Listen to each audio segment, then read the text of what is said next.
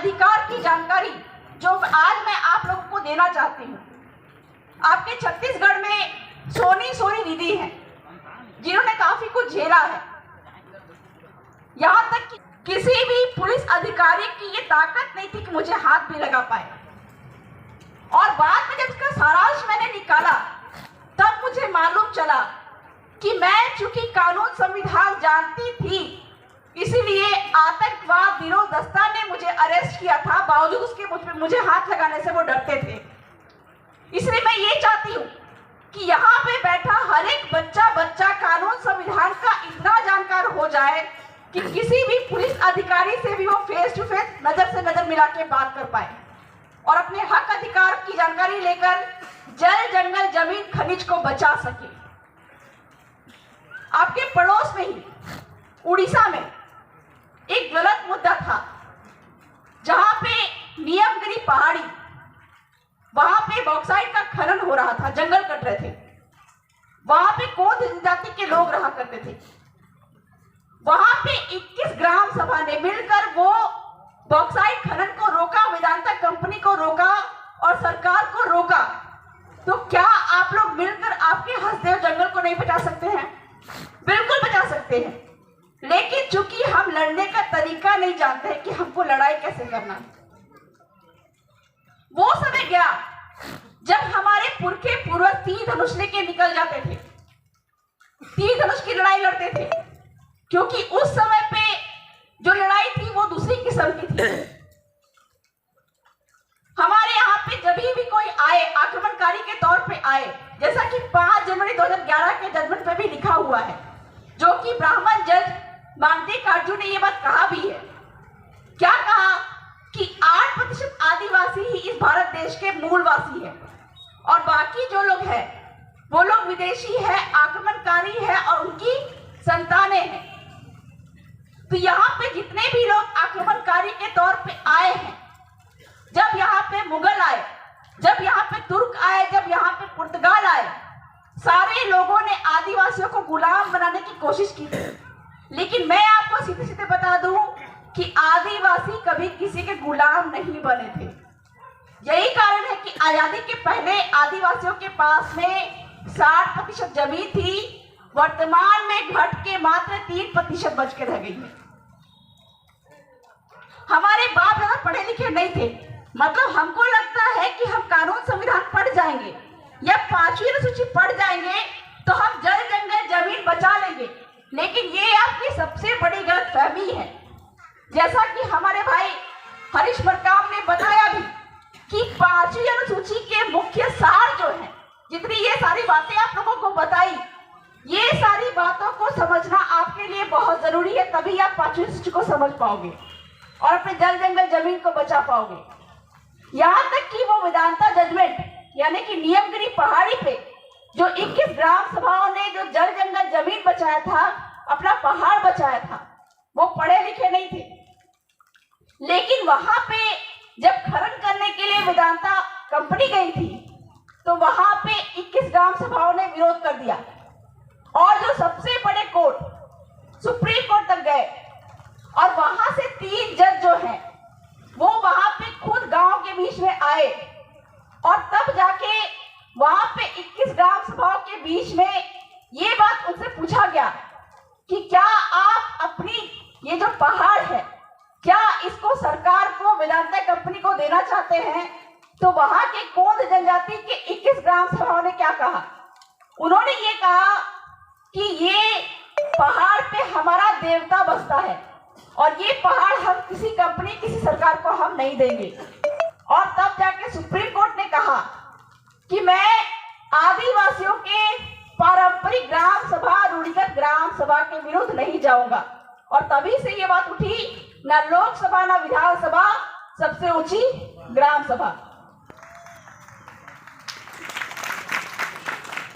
वर्तमान के समय में अलग अलग तरह के धर्म में घुसने की वजह से हम अपने रूढ़ी परंपरा को भूल गए हैं और हमारी जो मुकद्दम व्यवस्था थी, हमारी जो मुंडा मान की व्यवस्था थी, हमारी जो पढ़ा व्यवस्था थी, हम इसको छोड़ते गए।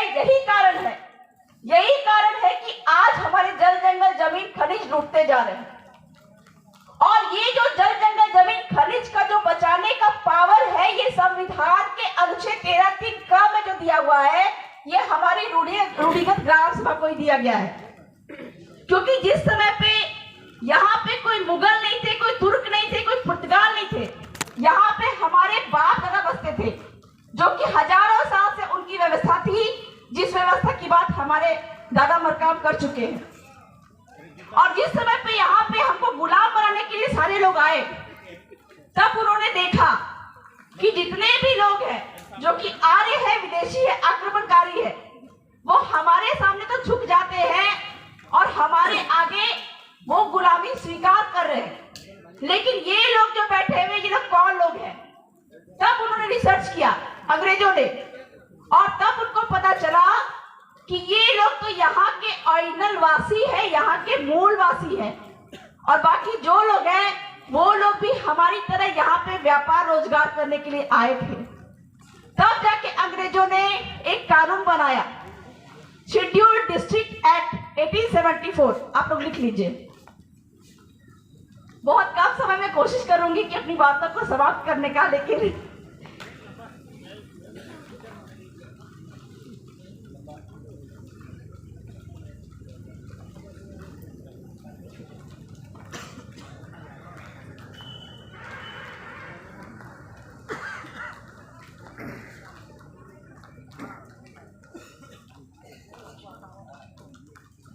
शेड्यूल्ड डिस्ट्रिक्ट एक्ट 1874 बनाया।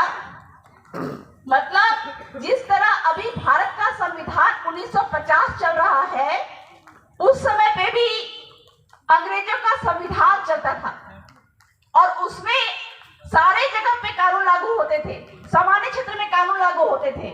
लेकिन हमारा ये जो 5वीं और 6ठी अनुसूची के रूप में जो विशेष क्षेत्र है, इसको शेड्यूल्ड डिस्ट्रिक्ट एक्ट में डाला गया और बोला गया कि हमारे अंग्रेजों का कोई भी कानून इन आदिवासी क्षेत्रों में लागू नहीं होगा। मतलब 1874 में ही आदिवासी क्षेत्रों को नॉन रेगुलेटेड एरिया कह दिया गया। मतलब अंग्रेजों का कोई भी कानून यहाँ पे लागू नहीं होगा। और आगे जाकर 1919 का संविधान जब बना, मतलब जो हरीश मरकाम दादा ने बोला भी कि संविधान की उम्र नहीं है, आज नहीं तो कल संविधान बदला जा सकता है, बिल्कुल बदला जा सकता है। क्योंकि आपका 1850 के आसपास में संविधान बना, अंग्रेजी संविधान, उसके बाद 1919 में संविधान बना, फिर 1935 का संविधान बना, और वही संविधान अभी 1950 में भारत का संविधान बना। और ये जो 5वीं अनुसूची है, उसका इतिहास है ये शेड्यूल्ड डिस्ट्रिक्ट एक्ट, यानी कि अंग्रेजों का कोई भी कानून आदिवासी क्षेत्र में लागू नहीं होता था, वही आज भी 5वीं और 6ठी अनुसूची के रूप में आज भी लागू है। लेकिन हमको इस बात की जानकारी नहीं है। अगर जानकारी होती तो आज जो 60% जमीन हमारे हाथ से निकल गई है, वो हमको वापस हो जाती। आपके दिल्ली में एक ट्विन टावर का नाम आप लोगों ने सुना होगा। जो लोग सोशल मीडिया से जुड़े हुए हैं, अखबार न्यूज देखते हैं, ट्विन टावर का नाम आप लोगों ने सुना होगा, जो कि नगर निगम की जमीन पे अवैध रूप से बनाया गया था। करोड़ों की बिल्डिंग थी, लेकिन उस बिल्डिंग को कोर्ट ने आदेश दिया कि चूंकि ये गलत तरीके से नगर निगम की जमीन पे बना हुआ है, तो उसको तोड़ दो, और वो करोड़ों का ट्विन टावर वहां से टूट गया। तो जब आपके कानून संविधान में ये बात साफ साफ लिखी हुई है कि आदिवासी की जमीन गैर आदिवासी को नहीं दी जा सकती, आगे मैं बताऊंगी क्या क्या है, ठीक है। आदिवासी की जमीन गैर आदिवासी को नहीं दी जा सकती, किसी कंपनी को नहीं दी जा सकती, यहाँ तक कि केंद्र सरकार और राज्य सरकार की भी एक जमीन आदिवासी क्षेत्र में नहीं है। तो जितने भी आदिवासी क्षेत्र में जितने भी बिल्डिंग या फिर जितने भी संरचना यहाँ पे गलत तरीके से आदिवासी जमीन पे बनी हुई है, आदिवासी की जमीन लूट के बनी हुई है, क्या वो वापस नहीं होगा? बिल्कुल होगा। लेकिन चूंकि हम गुलाम नहीं है, हम मानसिक गुलाम है, इसलिए हमको लगता है कि जो चीज चला गया है वो चीज कभी वापस नहीं आएगा।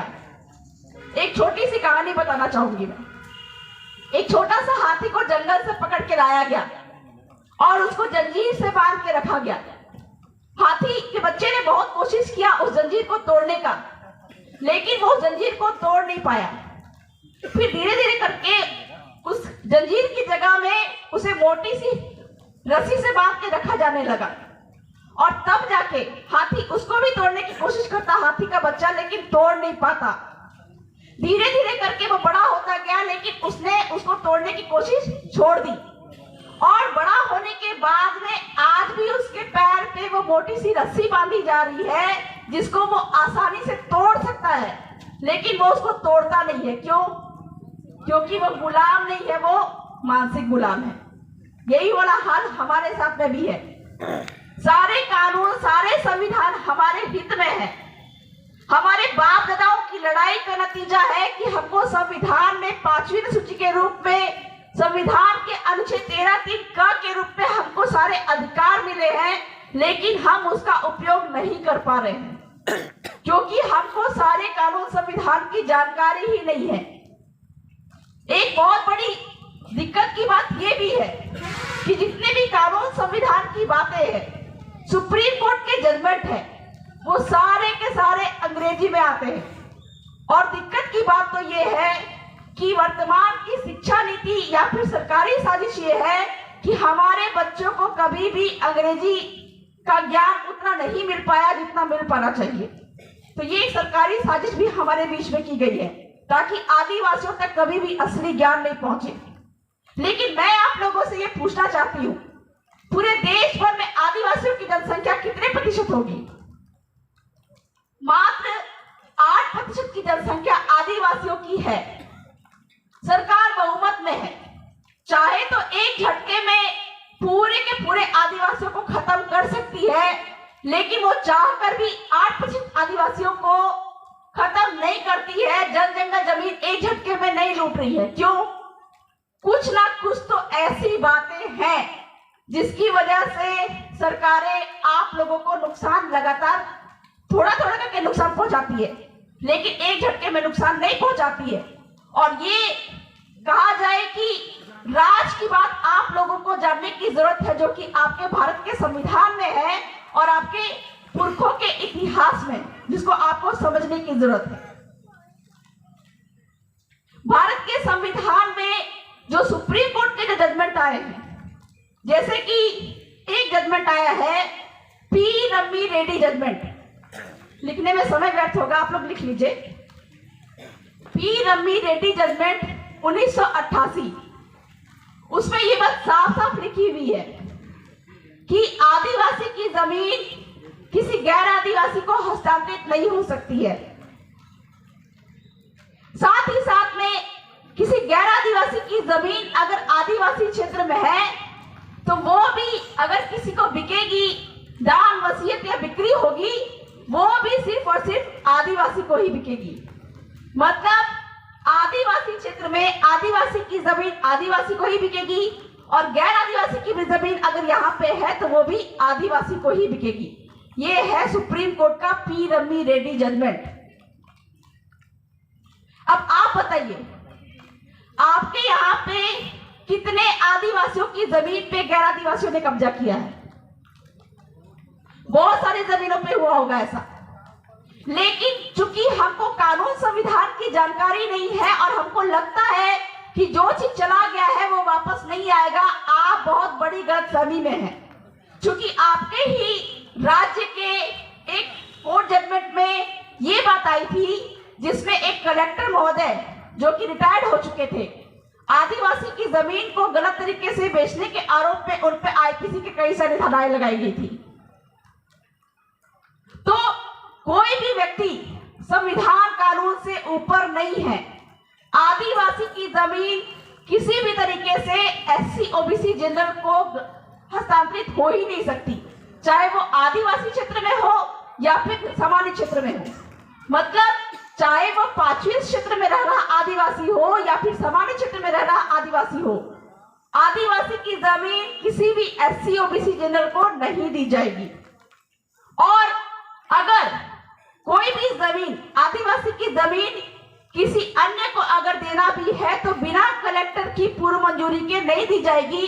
ये पूरे देश भर के टेनेंसी एक्ट या फिर कहा जाए काश्तकारी अधिनियम या भू राजस्व संहिता, इसमें ये बात साफ साफ लिखी हुई है कि बिना कलेक्टर की पूर्व मंजूरी के आदिवासी की जमीन किसी गैर को, किसी सरकार को, चाहे वो मोदी सरकार हो, चाहे वो राज्य सरकार हो, चाहे कोई कंपनी हो, किसी को भी जमीन लेनी है तो उसको सबसे पहले कलेक्टर महोदय के पास में आना पड़ेगा। बिना कलेक्टर महोदय की पूर्व मंजूरी के आदिवासी की जमीन नहीं ली जा सकती है। और कलेक्टर महोदय को जमीन अगर लेनी है तो वो किसके पास में आएगा? आदिवासियों के रूढ़िगत ग्राम सभा के पास में। ये एक कानून है, भूमि अधिग्रहण कानून 2013। ये ऐसे नहीं बना है, ये आपके पुरखों की शक्तियों ने बनवाया है।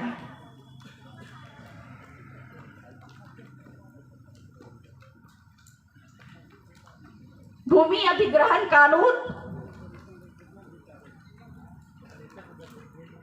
2013 का सेक्शन 41 और 42, ये बात ध्यान लगा के सुनिएगा।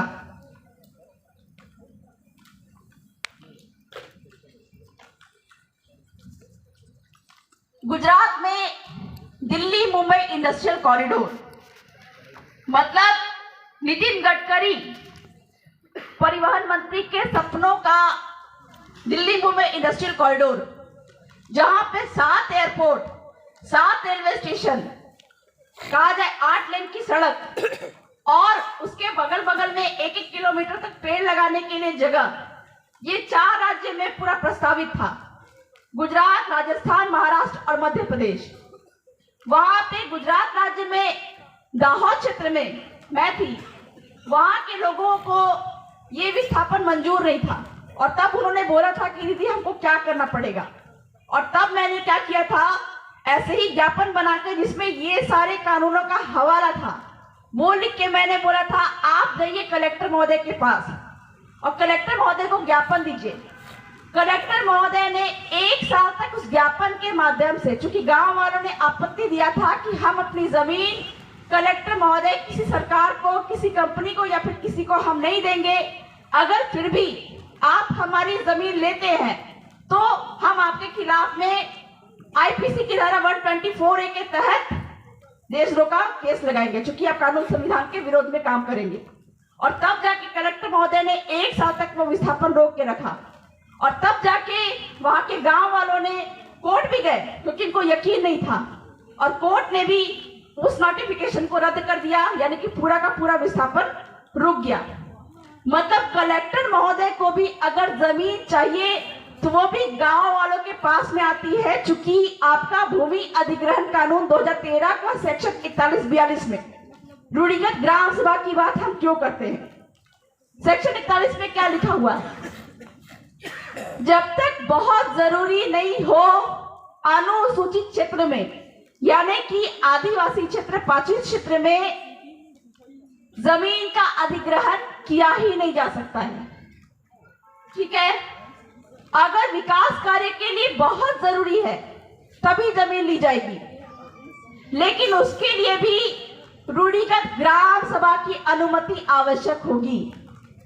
जहां पे रूढ़िगत यानी कि पारंपरिक ग्राम सभा नहीं है, वहां पे पंचायत या ऑटोनॉमस डिस्ट्रिक्ट काउंसिल की अनुमति आवश्यक होगी। अब आप बताइए, अगर पंचायत की अनुमति से कोई जमीन अगर लेते हैं तो वहां पे सरपंच अकेले का हस्ताक्षर करके जमीन देगा कि नहीं देगा? पैसे लेकर सरपंच अक्सर क्या करते हैं कि जमीन का अधिग्रहण करके, मतलब एक हस्ताक्षर से सरकार से पैसा लेके सारे के सारे गांव की जमीन, कई सारे गांव की जमीन को वो दे देते हैं। लेकिन जहां जहां पे अपना पारंपरिक ग्राम सभा 13(3) के तहत, यानी कि अपना जो मुकरदम व्यवस्था है वो जहां पे रहता है, उनको ऐसे गांव को बिठाना पड़ता है कलेक्टर महोदय को। और गांव का प्रस्ताव, क्या आप यहाँ पे ये विस्थापन चाहते हैं, क्या आप ये विकास कार्य चाहते हैं या क्या आप ये विकास कार्य नहीं चाहते हैं, ये सारी बातों का हवाला उसमें लिखा हुआ रहता है। वर्तमान के समय में आपके हसदेव में भी ये कोरम पूरा किया गया होगा। हो सकता है कि फर्जी ग्राम सभा बैठाई गई हो, लेकिन आपने आपत्ति इस पे नहीं डाली या फिर स्थानीय ग्राम सभाओं ने इस पे आपत्ति नहीं डाली। दूसरी बात मैं सुनती हूँ कि इस बात को लेकर सुप्रीम कोर्ट ने भी हसदेव के जंगल को काटने के से रोकने के लिए सुप्रीम कोर्ट ने भी मना कर दिया कि विकास कार्य में हम विरोधी नहीं बनेंगे, चूंकि पूरे देश की जनता को कोयला चाहिए बिजली के लिए। आदिवासी कभी भी विकास विरोधी नहीं है, लेकिन वो अपने विकास के साथ में विनाश भी नहीं चाहते हैं। क्या आदिवासी जब भी विकास के नाम पे कोई प्रोजेक्ट यहाँ पे आती है, मैं पूरे देश भर के जितने भी आदिवासी समुदाय हैं उनसे पूछना चाहती हूँ कि कभी भी विकास के नाम पे कोई भी प्रोजेक्ट वहां पे आता है तो वहां के स्थानीय आदिवासियों को कितना फायदा होता है? किसी भी आदिवासी समुदाय जो कि वहां के स्थानीय है उनको फायदा नहीं होता है, जबकि भूमि अधिग्रहण कानून में ये बात लिखा हुआ है कि अगर आप वहां के स्थानीय आदिवासियों से जमीन लेंगे तो उनको सरकारी नौकरी भी देंगे, शिक्षा, चिकित्सा, सड़क, मकान भी देंगे और साथ ही साथ में जितना जमीन ले रहे हैं उतना जमीन उनको दूसरी जगह पे उपलब्ध कराएंगे। कहीं पे भी ये कोरम पूरा नहीं किया गया है। तो क्या हमको माननीय सुप्रीम कोर्ट में इस बात का हवाला देके केस नहीं करना चाहिए? साथ ही साथ में आप रोते रहिए, सुप्रीम कोर्ट के सामने आप रोते रहिए, कोर्ट कभी भी आपके इमोशन पे काम नहीं करेगा। हमको लगता है कि कोर्ट हमारी बात नहीं सुनता है, जबकि कोर्ट में साफ साफ ये बात बोला जाता है, तमाम सबूत और गवाहों के मद्देनजर अगर कोर्ट कानून कुछ नहीं होता तो मैं आईपीसी 124A के तहत मुझे गुजरात जेल में डाला गया था राजद्रोह के नाम पे।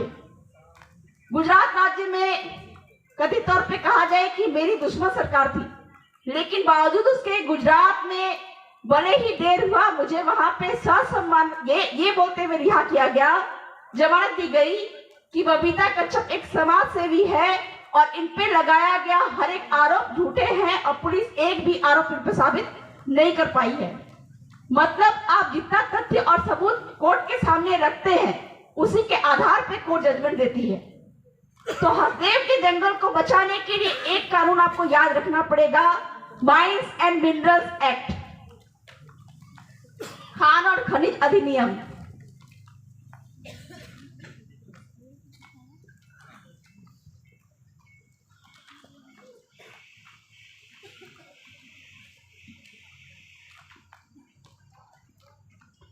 खान और खनिज अधिनियम 1956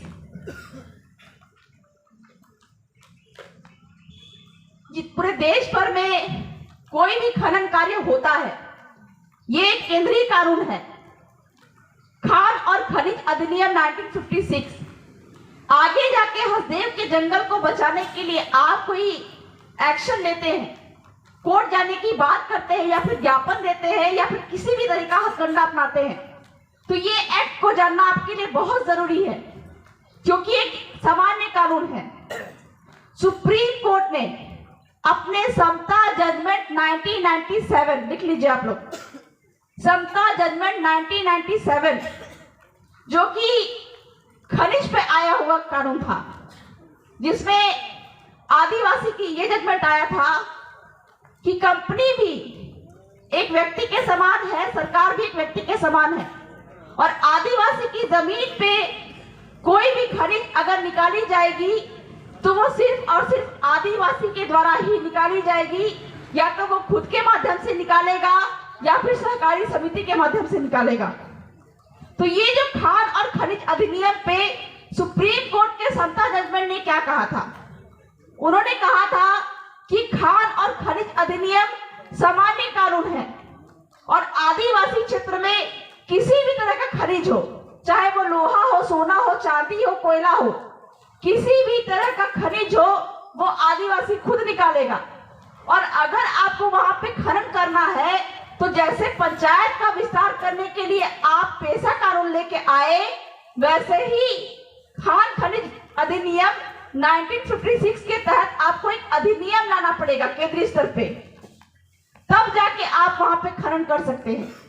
और आज तक संसद में ऐसा कोई भी कानून लेके नहीं आए जिसमें खान और खनिज अधिनियम का आदिवासी क्षेत्र के लिए विस्तार हो। मतलब सरकारें, चाहे वो केंद्र सरकार हो चाहे वो राज्य सरकार हो, खान और खनिज अधिनियम 1956 के तहत ये जो कोयला निकाल रही है, कोयला निकालने के नाम पे हसदेव का जंगल काट रही है, वो असंवैधानिक है। और इस माध्यम से आप जब सुप्रीम कोर्ट के सामने या कलेक्टर महोदय के सामने अगर बात रखते हैं तो एक मजबूत पक्ष बनता है, और तब जाके ये जो मतलब खनन कार्य है, ये कहीं ना कहीं इस पे रोक लगाने की आवश्यकता सरकारों को महसूस होगी। तो हम लड़ने का तरीका नहीं जानते हैं।